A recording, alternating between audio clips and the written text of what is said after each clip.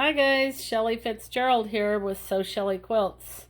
I'm at the new BERNINA L890 cover stitch overlocker, and I'm going to use the overlock, the serger / overlock, that means the same thing, to put the binding on this quilt. So I have a fusible thread in the lower looper. I happen to be using one by Wonderfill, but a lot of manufacturers make a thread. It literally will melt. It's like webbing. It's glue. I'm using a 4-thread overlock. A 3-thread would work. I have chosen to slow the machine down. That's something I like to do when I'm filming, but sometimes I like to do it when I'm sewing. And on this L890, you have this nice variable speed that you can adjust all the way down. So I'm going to do that. You don't have to. So the first thing, when I start my stitch, I'm going to make my stitch width narrower than normal. I've got my L890 in this wonderful table BERNINA has that fits it perfectly, and it raises up and down. So for 4 or 5 inches, I've got this stitch width clear to 5, which is the most narrow. And then I'm going to come back when I start actually sewing the binding on and move that back up. So let me put this very beginning on and show you how that works.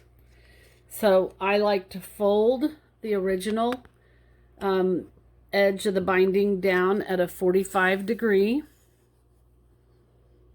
I've cut this 2 inches wide, not 2.5. On this thin batting, in fact, 2 inches wide may be a little bit too much thread. I want this to end up on the back. I mean, too much width. I want this so that when I stitch it, it's going to roll around and just barely cover, and I'll have this perfect binding on the back. So to start, I have made the beginning folded at a 45 degree. And then pressed the whole binding in half. And I'm going to sew down this original beginning part. And with this narrower stitch, so that when I come back around, I can fit the ending tail in this fold. And on an overlocker, that's just an easy way to do this. So I am not cutting. I'm sewing up to the needle, and the knife, and the only thing that would be trimming off would be fuzzies.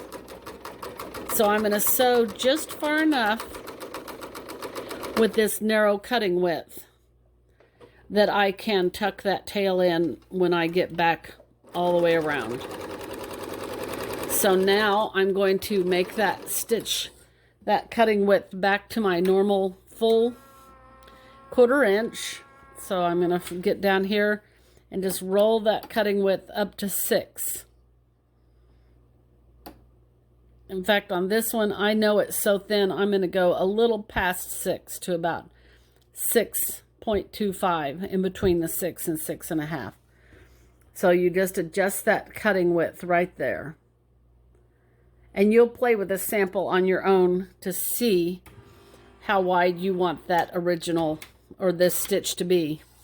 So now I'm going to fold this down, and I'm going to start sewing far enough down that when I come around, I can tuck this in.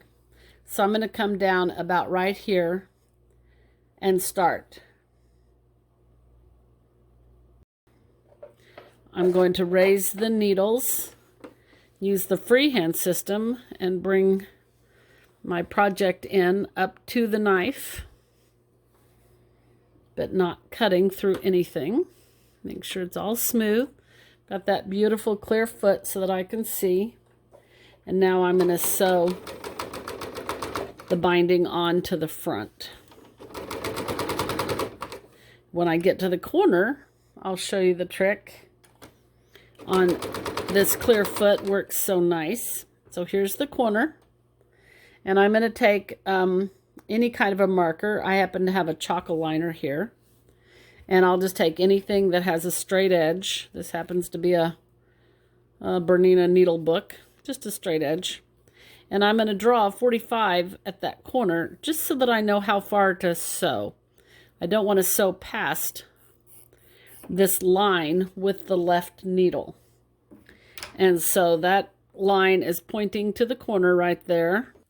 So now I'm going to stitch until the left needle is touching that line.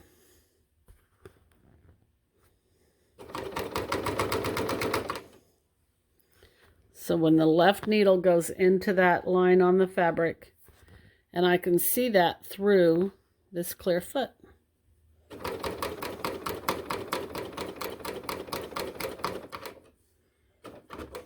There we go. Now I'm going to raise the foot. Both needles are in the fabric, and I'm turning the fabric to a 45, even with the needles in there. And now I'm going to stitch off the corner.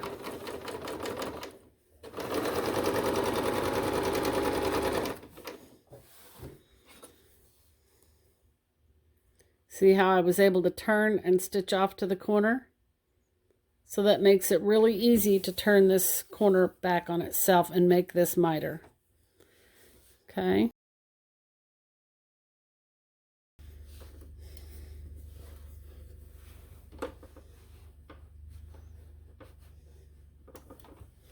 There we go.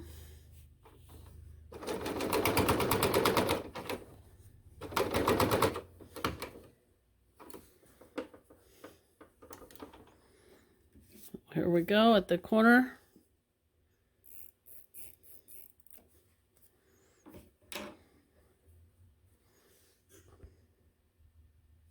I'm going to stitch until that needle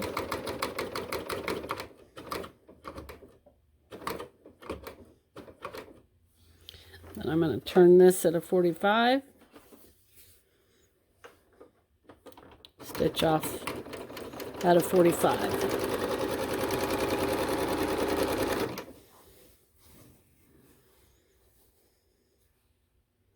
That's slick.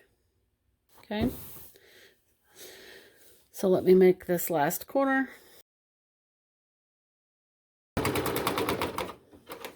Okay, so now we're about to come back around to where we started.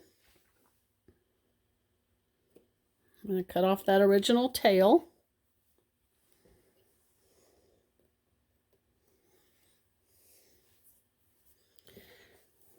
And so a little bit farther so you can see this well. Okay, so here's my opening. These stitches are narrower than the stitches I'm using right now. They're a little bit different. Just a smidge. Get that close where you can see.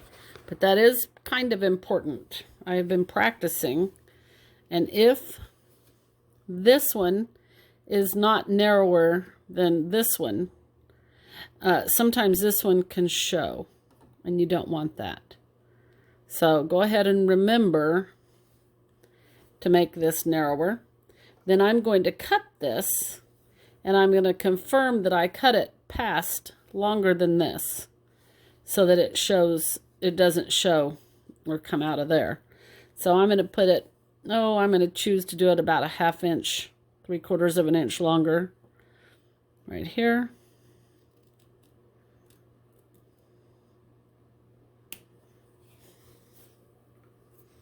And then I'm just going to put this inside.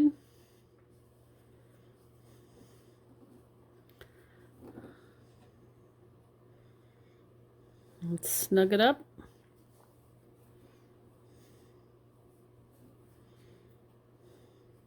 I'm going to pull until I kind of like this join right here.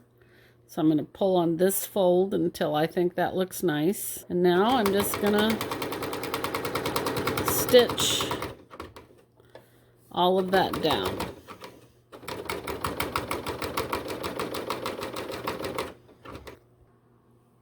Okay, so I'm at the iron, and this is the fusible. This was my lower looper. This is the web. And when I press these, many times I prefer to go ahead and press this binding away. If so, you need a sheet underneath that this fusible web won't stick to. So I still can come along and press that binding away from the front side so that I'll get a nice clean edge. But I do need to have that underneath. So I'm going to just do that really quickly on all these sides. Okay, so when it's time to do these corners, I can just come. Now the fusible thread is all that lower looper to right there. So when I fold this over, I want this to be just covering it barely. And that's how I come up with my width of how wide do I want my binding originally. I don't want it sticking way over. Right now, by sticking it just like that, if I top stitch in the ditch, it will just barely catch this edge and look great. So anyway, to do the corners, I decide which side I want to go down first. So I want this side down first.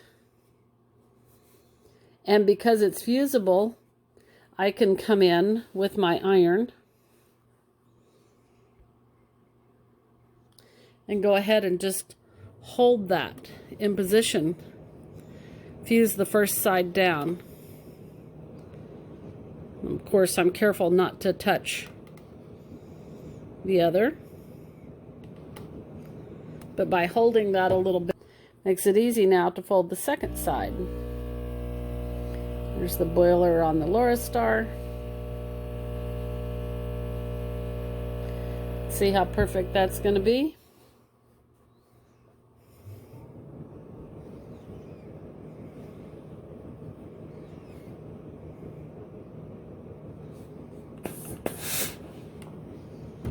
And I just have a beautiful mitered corner. So here we are with these beautiful mitered corners, and the binding is all fused down. This is Shelley Fitzgerald with Sew Shelley Quilts. Bye for now.